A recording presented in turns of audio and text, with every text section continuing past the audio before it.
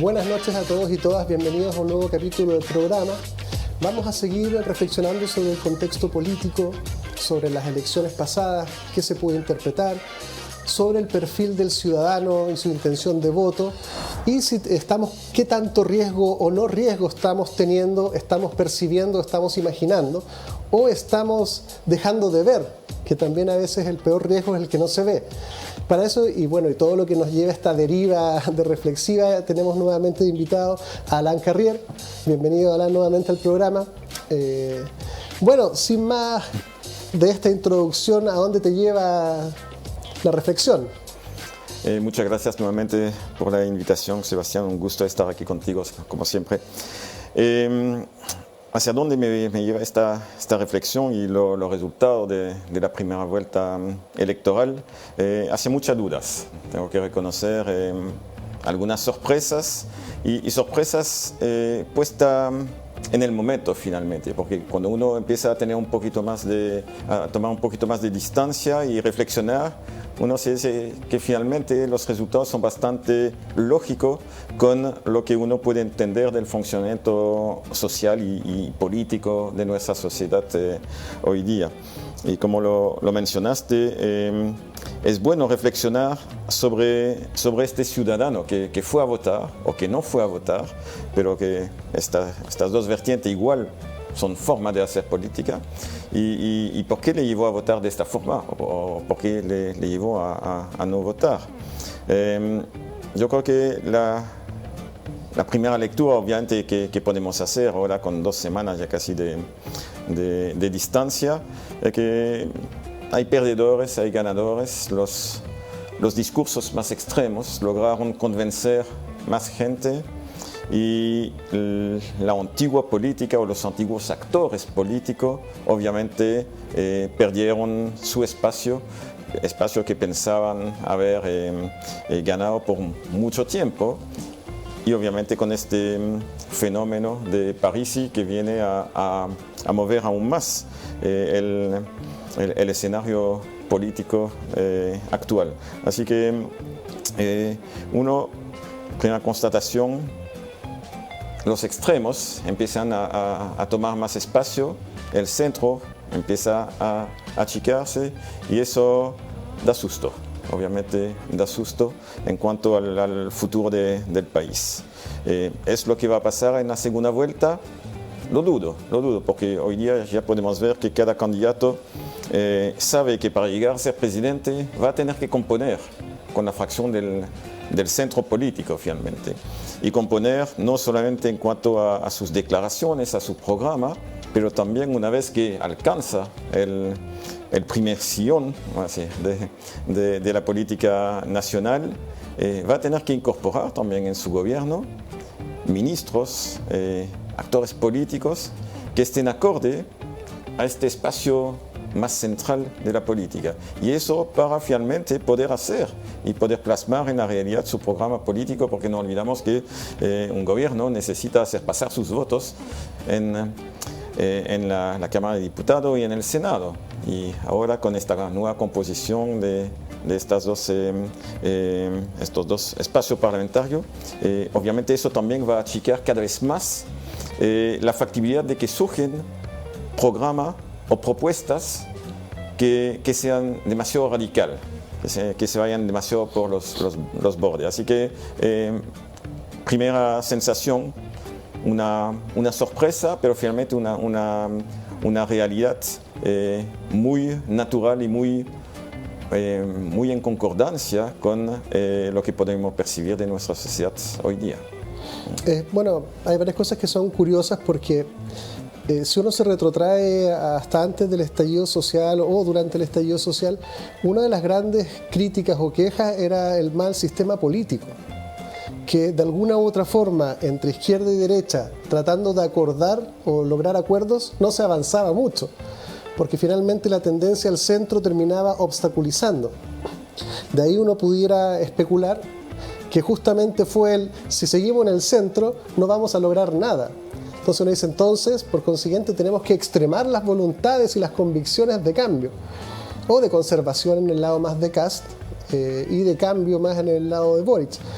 Pero finalmente el chileno, que yo creo que es más de centro o más fuera de lo político culturalmente, más de pongámonos de acuerdo para convivir, acordemos algunas cosas, dice, no, es que se fueron muy al extremo, así que si quieren ganar, vuelvan un poco al centro. Entonces se da como esta incongruencia un poco del electorado. ¿Cómo ves tú el electorado en esta enclave? Sí. Tenemos que pensar al elector desde la macropresión social que vive hoy día. Y en esta macropresión social podemos identificar varias tendencias que son muy importantes a pensar y a tener en nuestro radar cuando estamos reflexionando sobre eso. El primero es que los grandes pilares societales que nos han ayudado a armar nuestra sociedad desde hace decenas de años están hoy día cuestionados. ¿De qué estoy hablando? Las instituciones políticas han perdido la confianza del ciudadano, desde el Parlamento, el gobierno y las otras instituciones alrededor de esa. No hay más confianza en este pilar político, institucional político.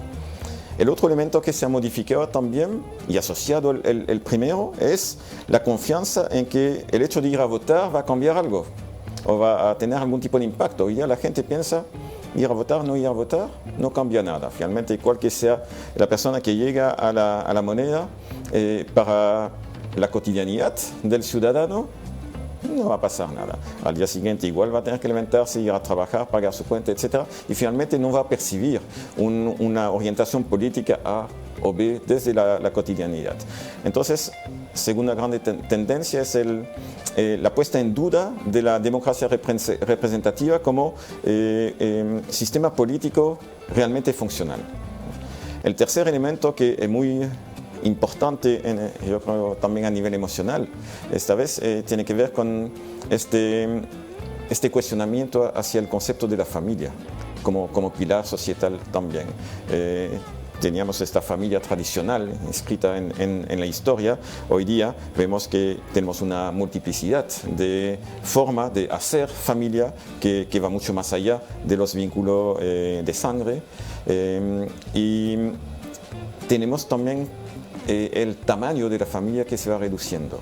Y asociado a esta reducción del tamaño de la familia se va perdiendo también la percepción, la sensación de que yo soy parte de un grupo que me apaña, que me puede proteger en caso de problema, etc. Y finalmente, entonces, el individuo, desde esta perspectiva y esta modificación de la figura de la familia y su achicar, empieza a sentirse cada vez más solo y aislado. Y eso es la cuarta tendencia que también está en fase con el sistema socioeconómico que tenemos, el neoliberalismo, es la individualización social. Toda la sociedad empuja hacia bajar la intensidad de los procesos colectivos y poner cada vez en la primera posición el individuo solo, con su fuerza, con sus esfuerzos, con su libertad, pero olvidándonos también que somos seres sociales y necesitamos de los demás.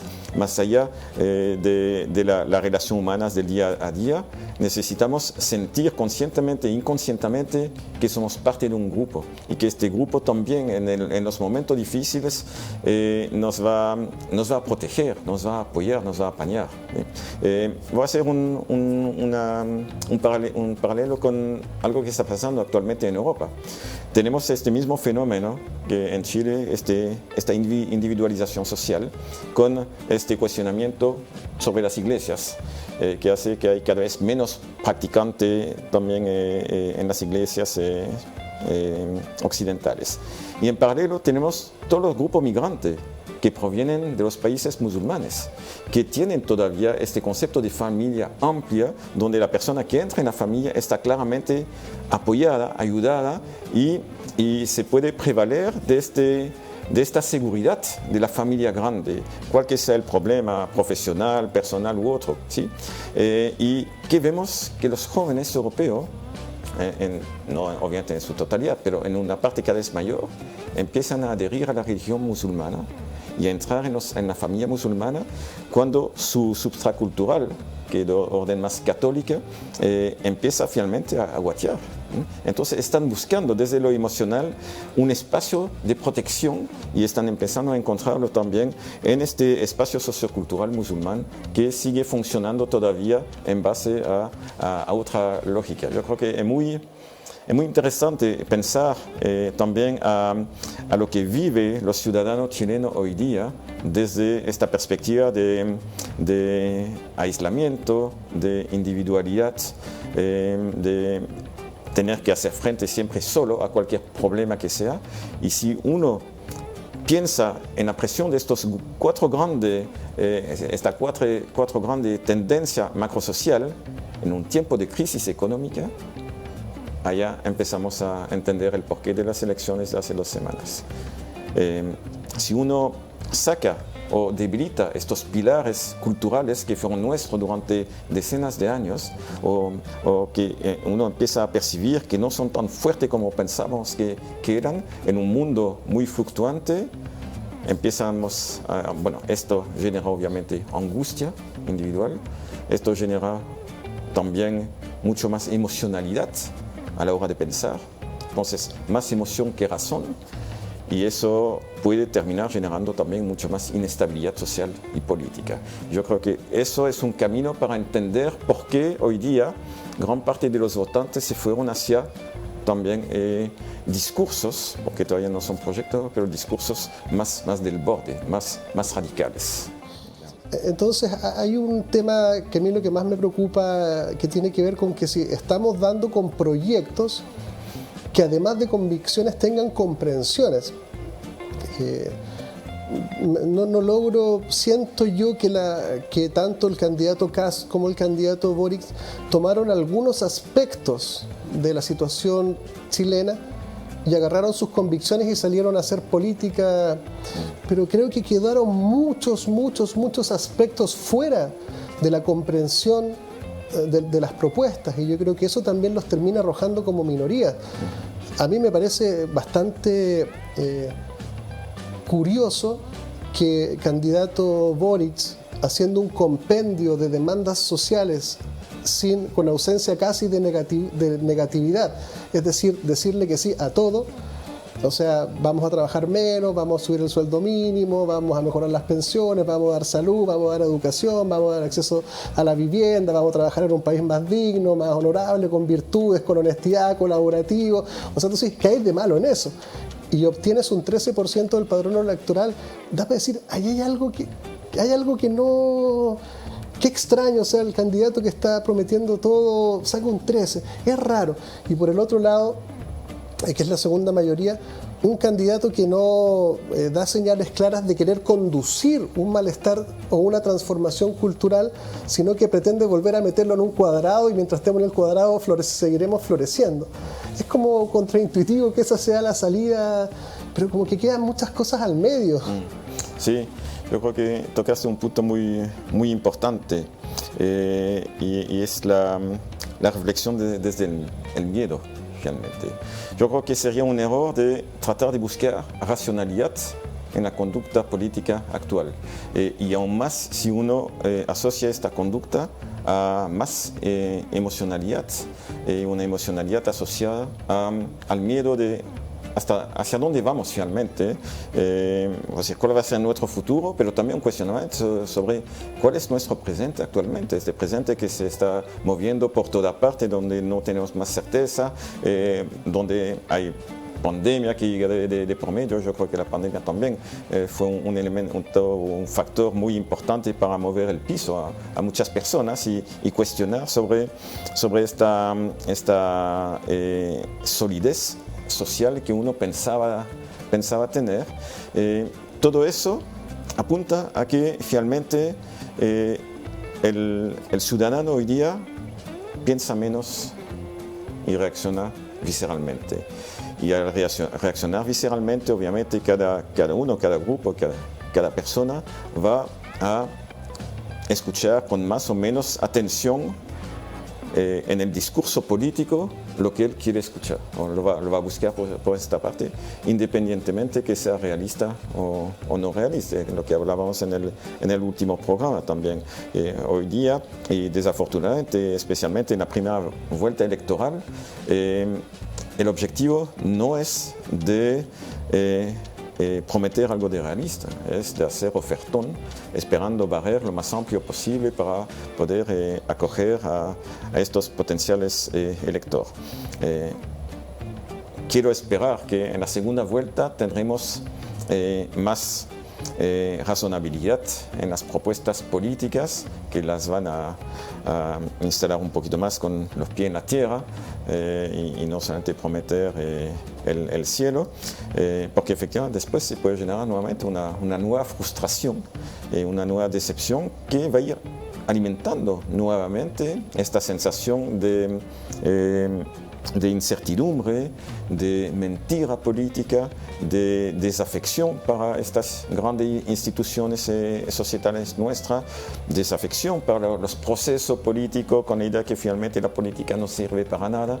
Y eso sí es un peligro porque hasta la fecha no tenemos otra forma de gestionar o de administrar nuestra sociedad si no es mediante los procesos políticos. Entonces, yo veo allá un peligro bastante fuerte que tiene, creo, su base en el miedo social que está empezando a expandirse y probablemente a una velocidad aún más importante, porque allá te devuelvo la pelota como psicólogo, hay una atracción también por el miedo, por lo que nos asusta, por esta angustia de la muerte, como se dice. El ser humano está atraído por eso también, le gusta asustarse.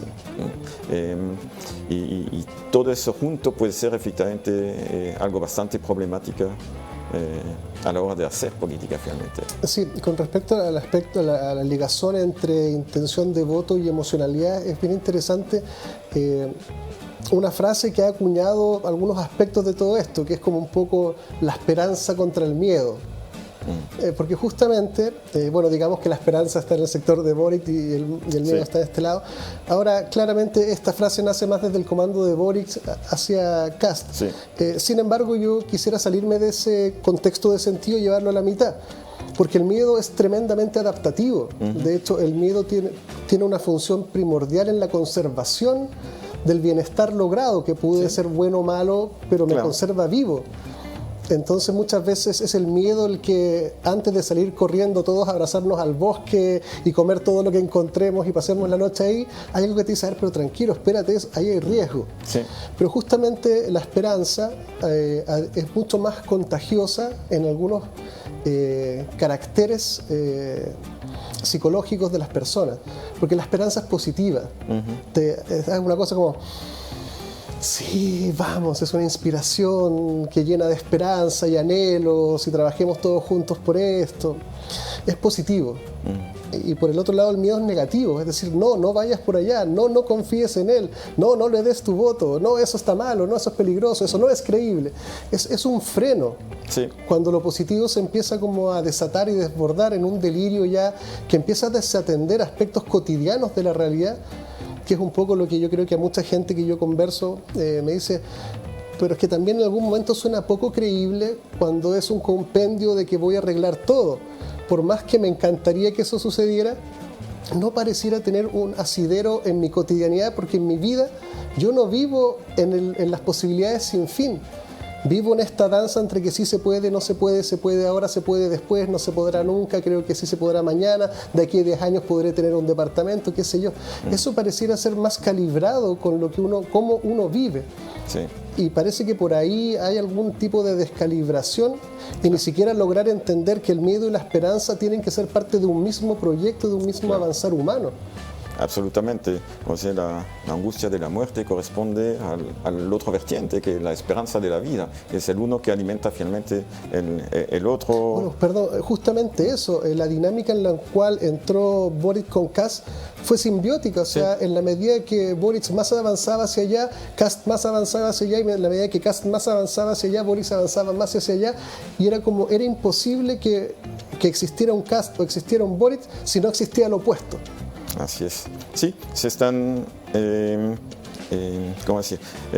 Empoderando el uno al otro, porque tienen cada uno finalmente la misma lógica discursiva, pero puesto al revés.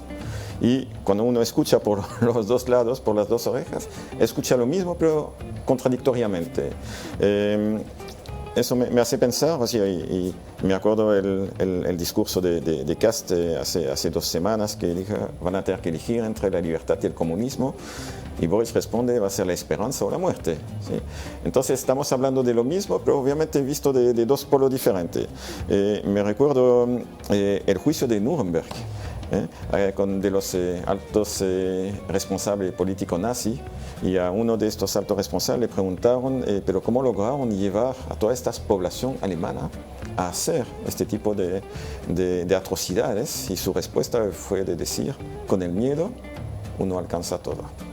Yo creo que lo que está pasando en parte hoy día tiene que ver con la misma dinámica. Obviamente no estamos en la Alemania nazi, pero estamos frente a 2 candidatos que polarizan demasiado finalmente el futuro del país. Cada uno desde su bando diciendo: cuidado, el peligro está enfrente y es un peligro de muerte. Y la muerte asociada por Boric al fascismo, la muerte asociada por Kast al comunismo. Y eso nos lleva finalmente a una pregunta: ¿qué tan real es esta lectura de estos 2 precipicios que estaríamos, nosotros estaríamos en el centro, y por los 2 lados tenemos 2 precipicios, el comunismo y el fascismo? ¿Es real eso?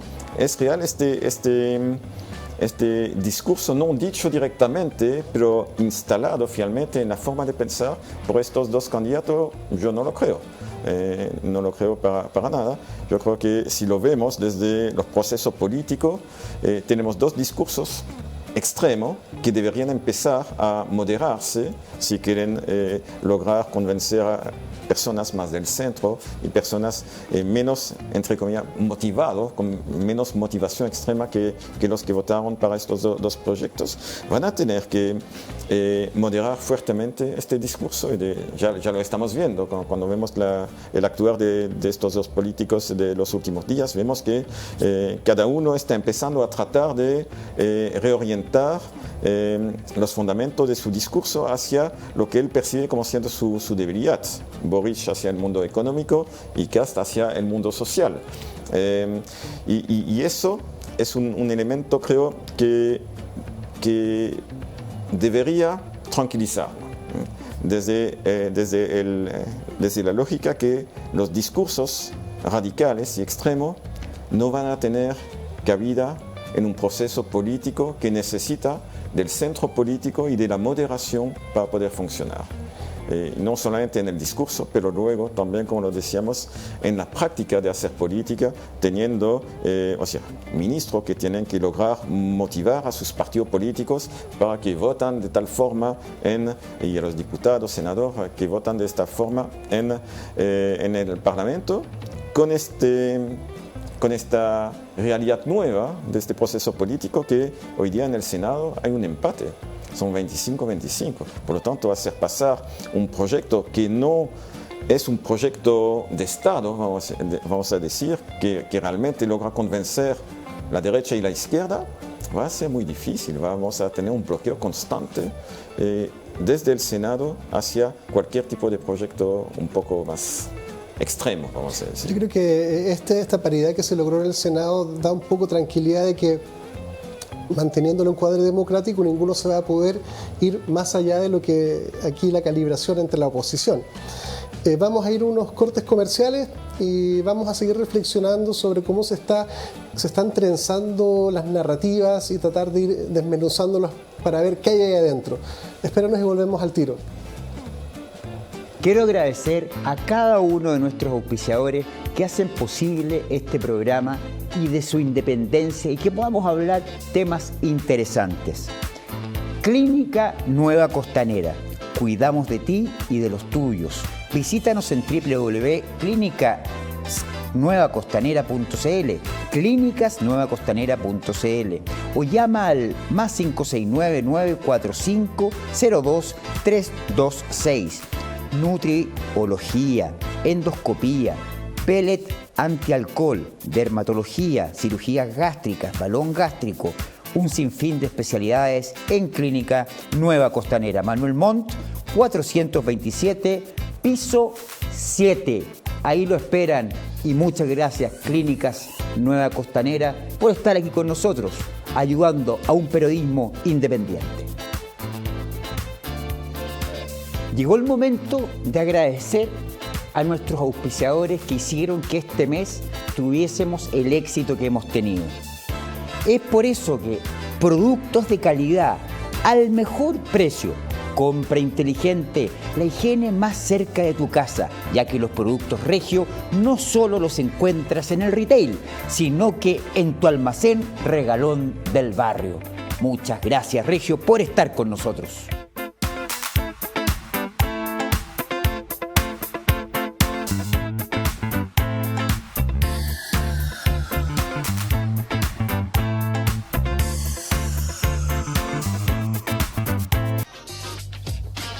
Estamos de vuelta con Alain Carrier conversando sobre algunas de las narrativas que se están instalando, que también versan sobre cómo la gestión de la afectividad del ciudadano puede atenderse o interpretarse también como una herramienta política que incentive o desincentive alguna propuesta particular, donde algunos dicen mientras más miedo, uno diría mayor tendencia a la conservación.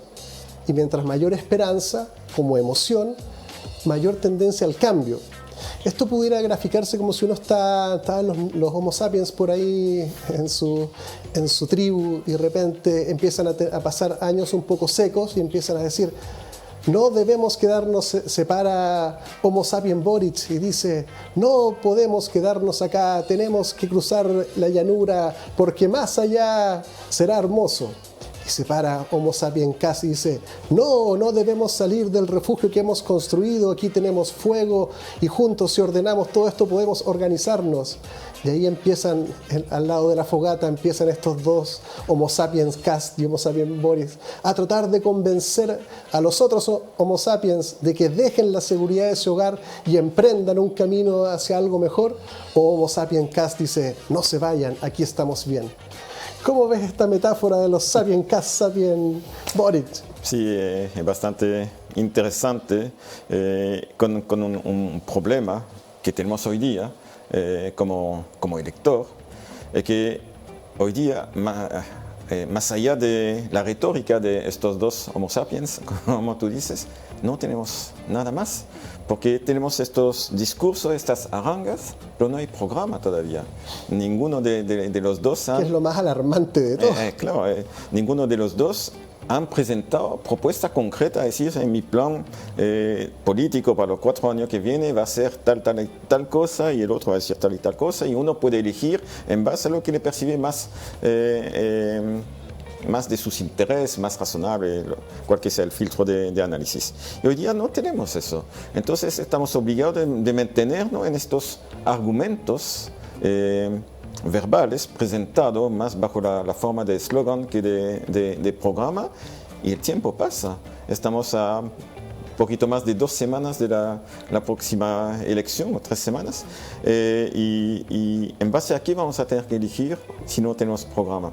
Y el recibir los programas una semana o 10 días antes de votar es suficiente para difundirlo, para hacer que todo el mundo los pueda escuchar, porque nosotros hacer más parte de nuestro trabajo, obviamente nos vamos a interesar más a ir a buscar la información, pero el ciudadano común que trabaja en otra disciplina, en otro espacio, no le va a interesar ir a hacer el esfuerzo de leer un programa y de votar de forma consciente en base a lo propuesto por tal o tal candidato. Así que estamos frente a esta paradoja de una elección donde tenemos que elegir entre dos proyectos que no conocemos realmente, más allá de este doble eslogan, libertad versus comunismo y esperanza versus fascismo. Es un poquito corto, diría, como contexto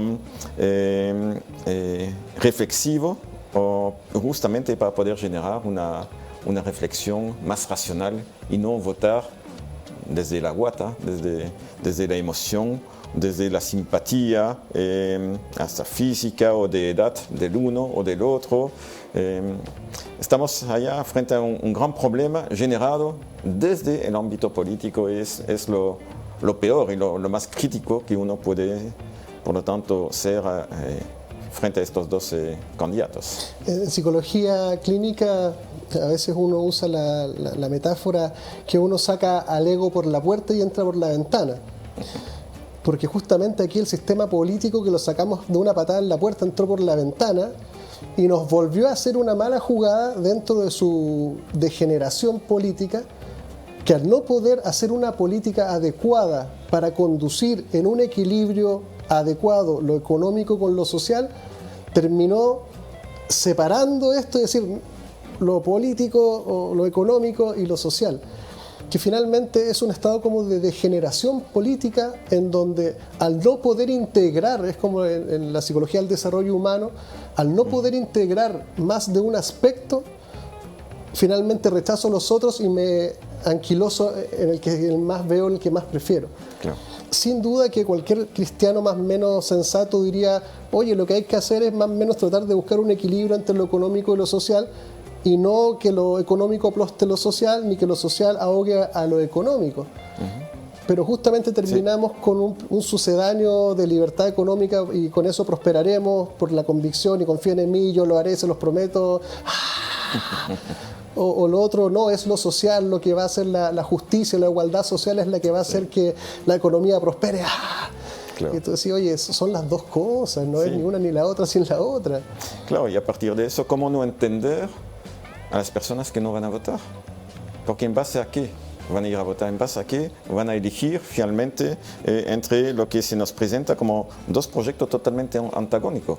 Realmente antagónico en base a qué, si no sabemos, si no los conocemos. Y haciendo eso, los dos candidatos y sus equipos finalmente no están nada más que confortando al ciudadano a tener duda hacia los procesos políticos, a dudar de la eficacia de la democracia representativa, a alejarse de los partidos políticos y a pensar que el espacio político finalmente no es nada más que un espacio de emprendimiento de algunos personajes y algunas familias como espacio cerrado para ellos. Entonces, ¿para qué participar de algo del cual me excluyen? Me excluyen porque no puedo entrar concretamente, ni siquiera para postular un empleo, pero además me excluyen porque no me dan ninguna información de su consistencia.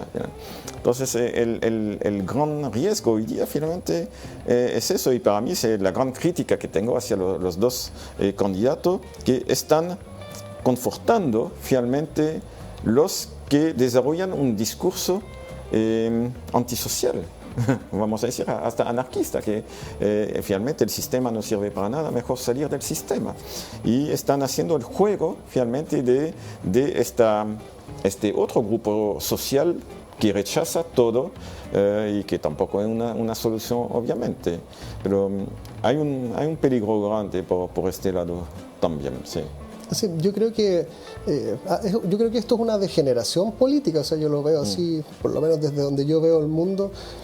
La falta de integración de ambos proyectos da cuenta de la parcialidad y de la sobreideologización con la cual están versando toda su narrativa, en donde ahora, claro, en segunda vuelta, como tú señalas, cada uno está tratando de acceder a la otra dimensión que no la ponderaba al principio, como una señal de recoger más pescados del océano. Pero la verdad que no logran salir de la promesa electoral panfletaria del qué. Sí.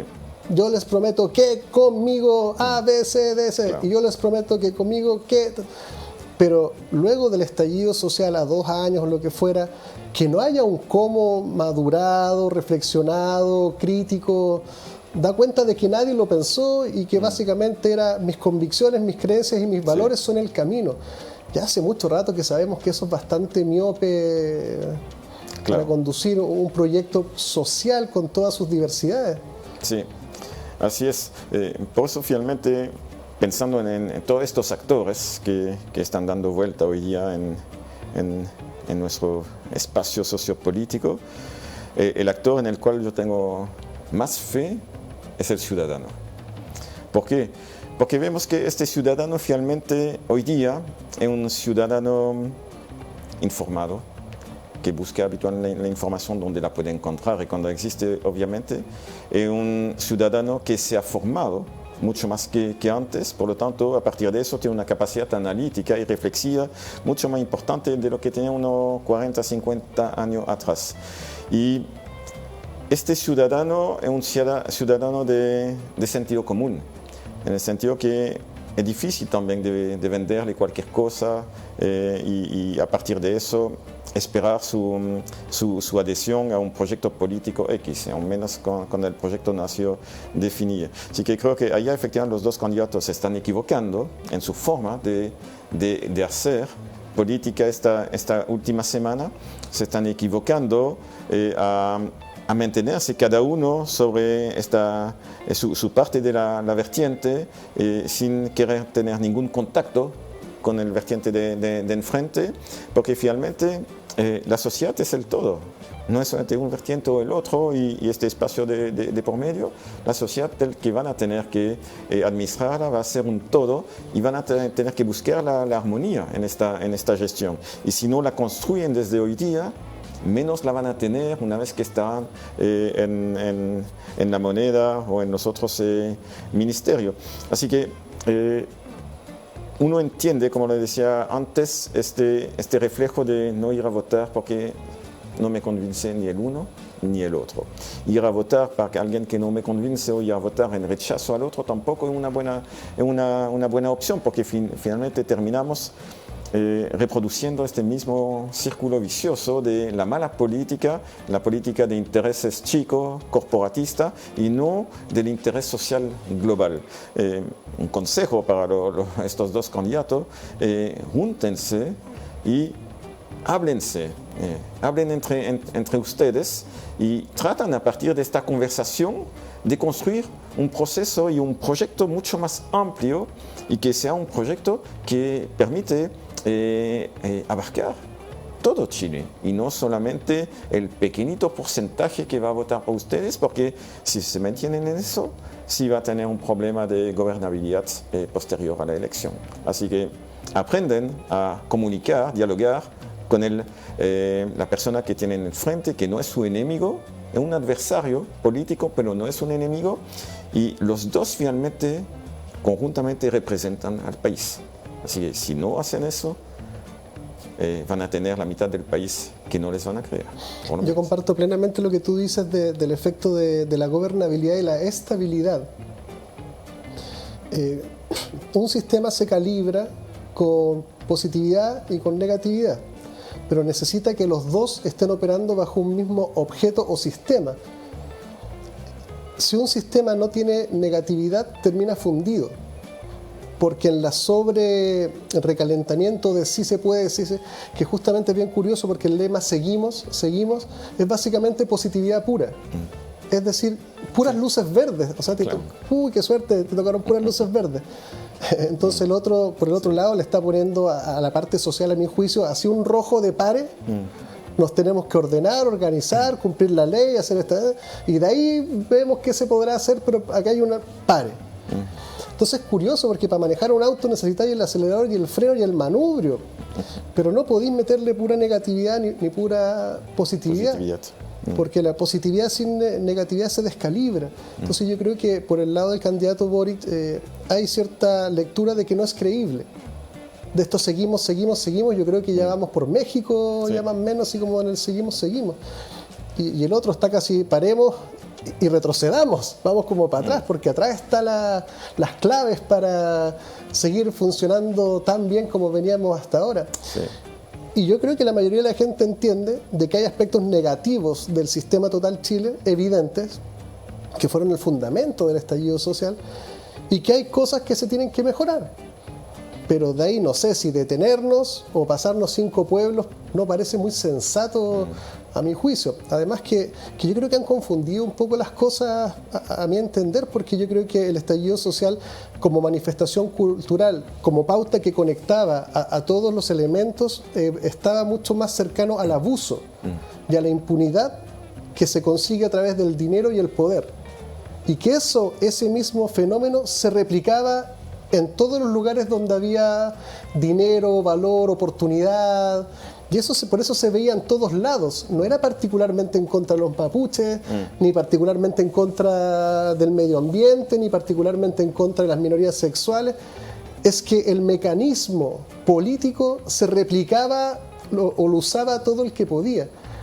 Entonces uno diría, ¿qué sería lo más lógico para una propuesta de cambio? Hacernos cargo de la corrupción y del incumplimiento de las leyes, pero en un sistema que tiende hacia la virtud en este sentido. Pero por un lado terminamos con la sumatoria de todas las minorías juntas, que parecían ser una gran mayoría, pero que acarrearon al 13% del padrón electoral, lo que da cuenta de que son efectivamente una minoría. Y cuando Boric sale a hablar de compañeros y compañeras, le sigue hablando a la minoría y le trata de meter más de lo mismo y traer a más gente igual para que se empiecen a hiperventilar juntos. Y por el otro lado, más o menos lo mismo, con alguna cierta inteligencia, cuando se saca el pin y hace un ritual de transición hacia una nueva etapa. Eso tenía un poquitito más de poética, por decirlo. Sí. Pero no dan con el tono nomás, simplemente es como inadecuado.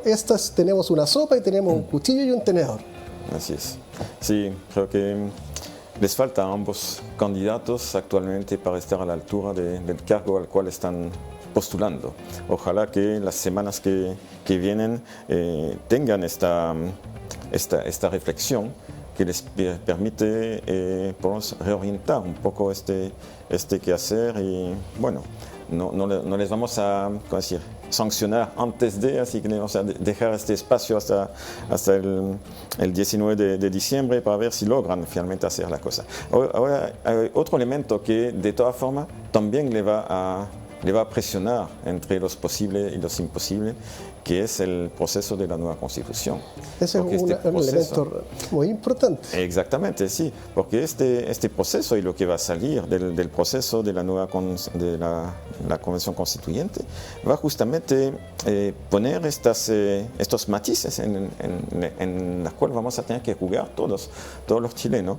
Y estuve escuchando bastante últimamente los avances de los trabajos de la Convención Constituyente y sin ser de un optimismo exagerado, pero siendo un optimismo razonable, uno puede empezar a vislumbrar avances interesantes, desde la reflexión del sistema político como herramienta de administración de la sociedad, hasta la incorporación de una mirada que incorpora también la presión internacional, la presión planetaria finalmente, el tema ecológico, etc.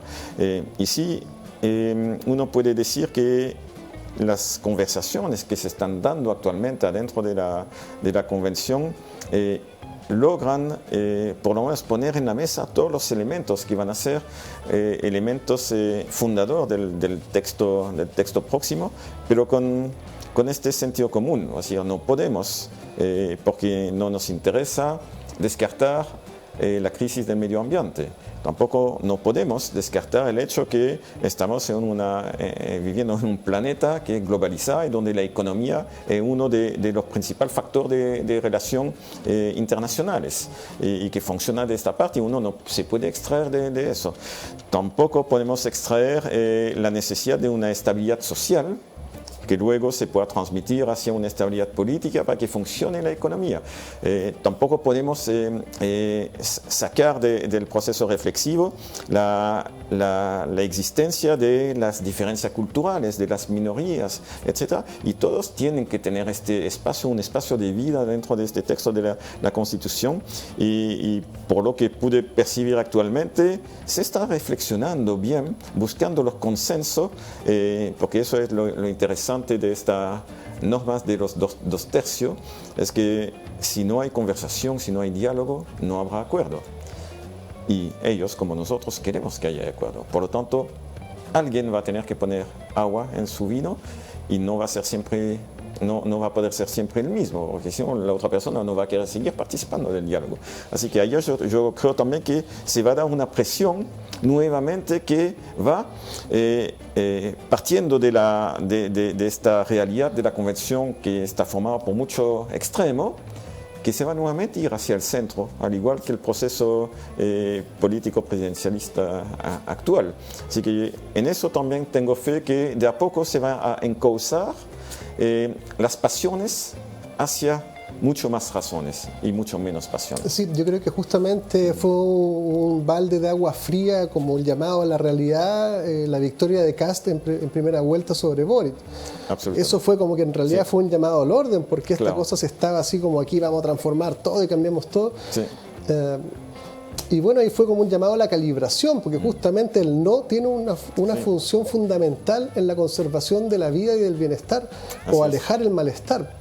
Y creo que eso fue un ingrediente fundamental para lo que se estaba cuajando en la constituyente. Además también que tenemos que, yo creo que psíquicamente como ciudadano cultural, tenemos que lograr comprender y aprender a vivir en los matices, en los grises. Yo siempre juego con lúdicamente con el partido gris, con el partido de los grises. Porque el mundo no es de purezas, porque no es así nomás. O sea, tú decís, bueno, puedes estar muy a favor de no dañar a los animales porque son seres sintientes, pero eso no puede llevar a desarticular toda la industria que alimenta al mundo. Simplemente no puedes. Pero es que no puedo ver sufrir a un animal. Está bien, pero no puedes. No puedes. Sí. Entonces tienes que entender que debemos tolerar, regular, calibrar, minimizar, mitigar. Ese es el mundo.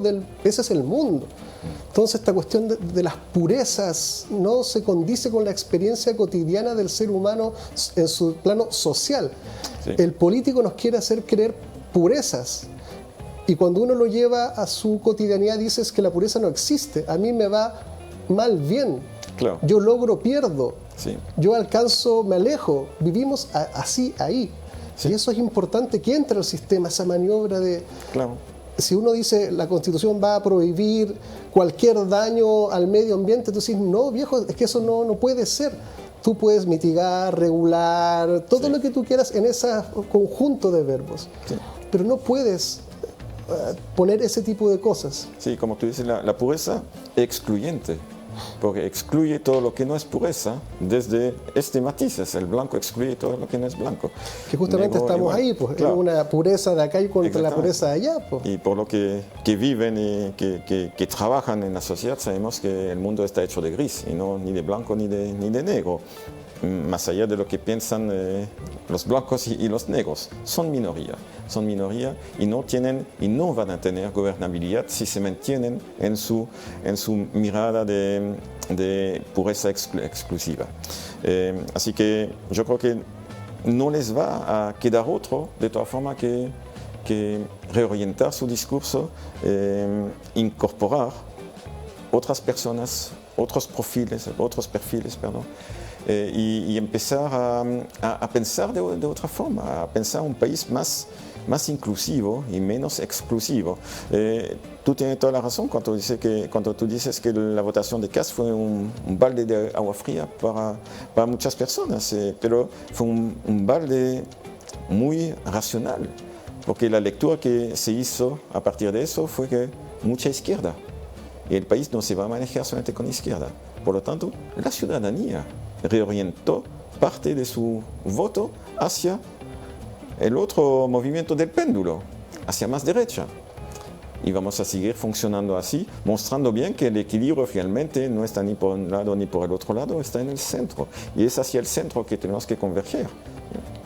Es curioso porque esta nueva relectura de la realidad posibilita un nuevo camino que me parece muchísimo más calibrado y en lo mismo más viable y más posible. Tienen que generar acuerdos. No sé si todos los que están en la convención van con esa disposición, porque si tu interés es que esto fracase, justamente lo que tú torpedeas es el otro.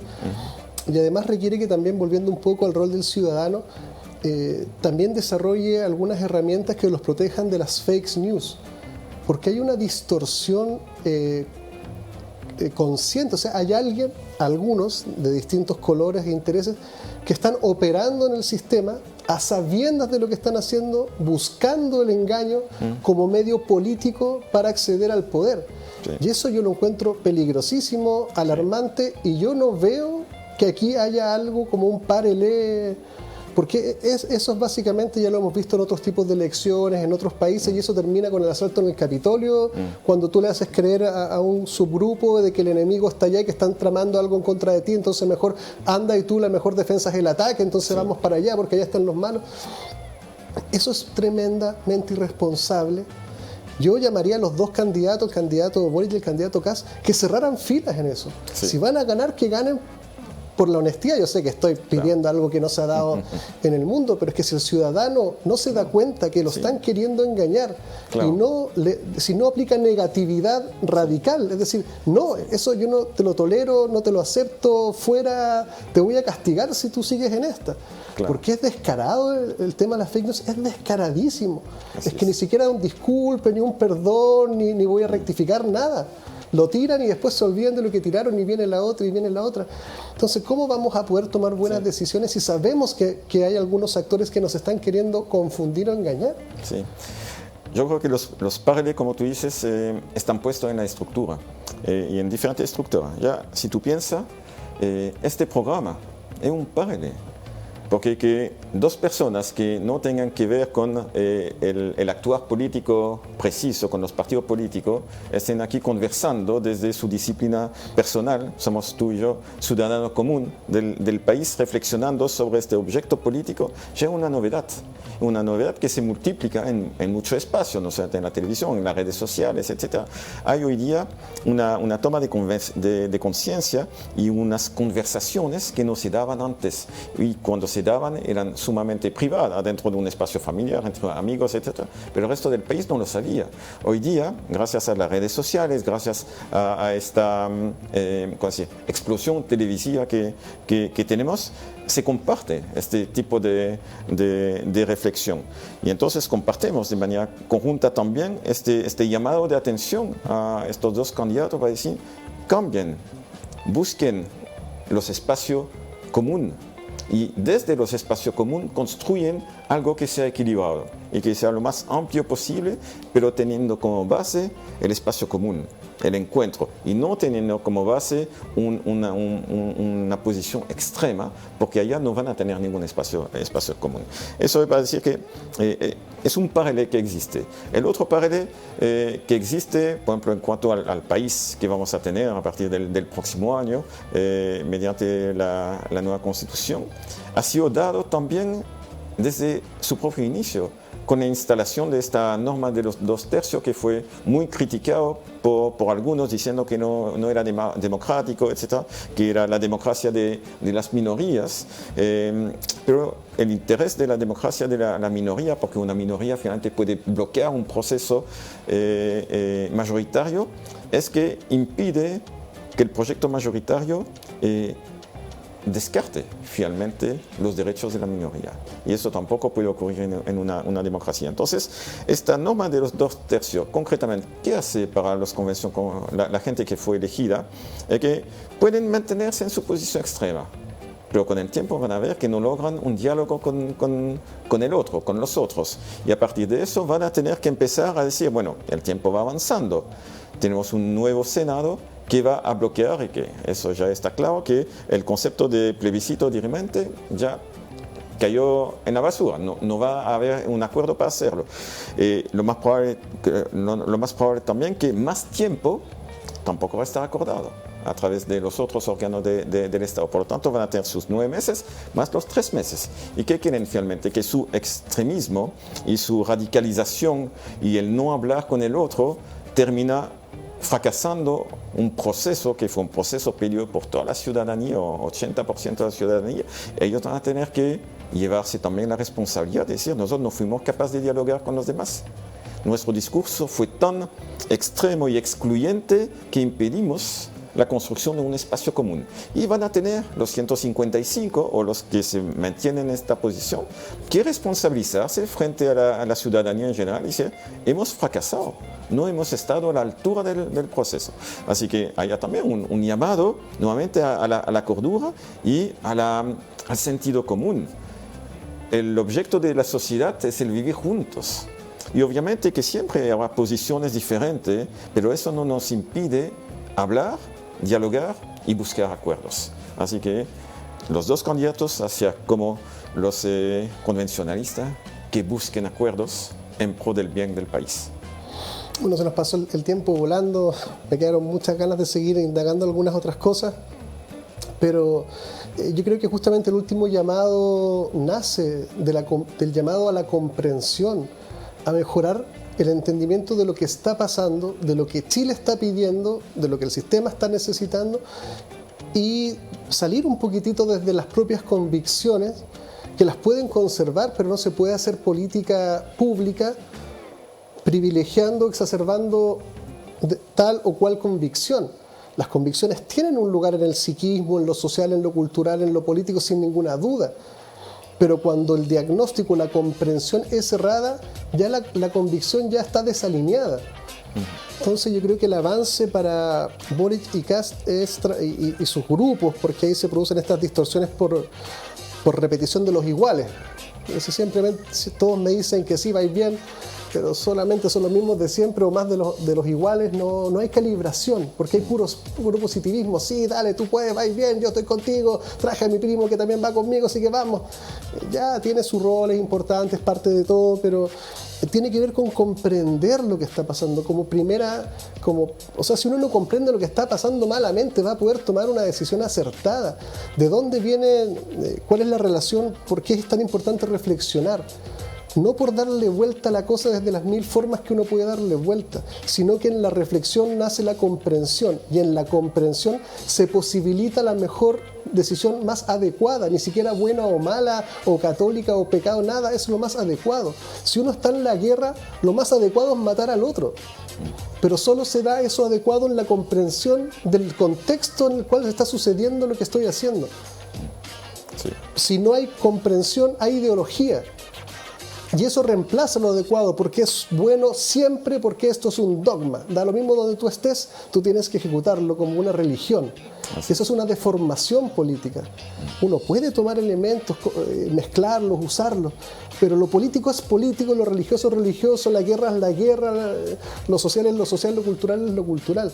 Entonces justamente volvamos a leer dónde estamos. Démonos cuenta si es adecuado o inadecuado en relación a nuestra experiencia de vida. Nadie puede creer que las cosas se van a arreglar porque le metas más orden o porque le metas más positivismo. Se arreglan porque uno va viendo más o menos, mira, en este momento podemos dar un pasito para acá, pero este no lo podemos dar y mientras tanto tratemos de que este pasito sea el mejor posible. Eficientemos al Estado, qué sé yo, acabemos con la corrupción, acabemos con la malversación, acabar con la impunidad, restituir la justicia. Creo que eso es el primer paso que puede fundar cualquier otra cosa. Si eso no está, el resto es como arenas movedizas. Bueno, Alan, te voy a dejar invitado desde ya para cuando tengamos los resultados de la segunda vuelta. Muchísimas gracias por venir, muy interesante, enriquecedora la mirada. Así que muchísimas gracias, Alan. Muchas gracias a ti por la invitación nuevamente y cuando guste. Muchas gracias. Véanos en el próximo capítulo del Sillón de Mulián. Un abrazo para todos.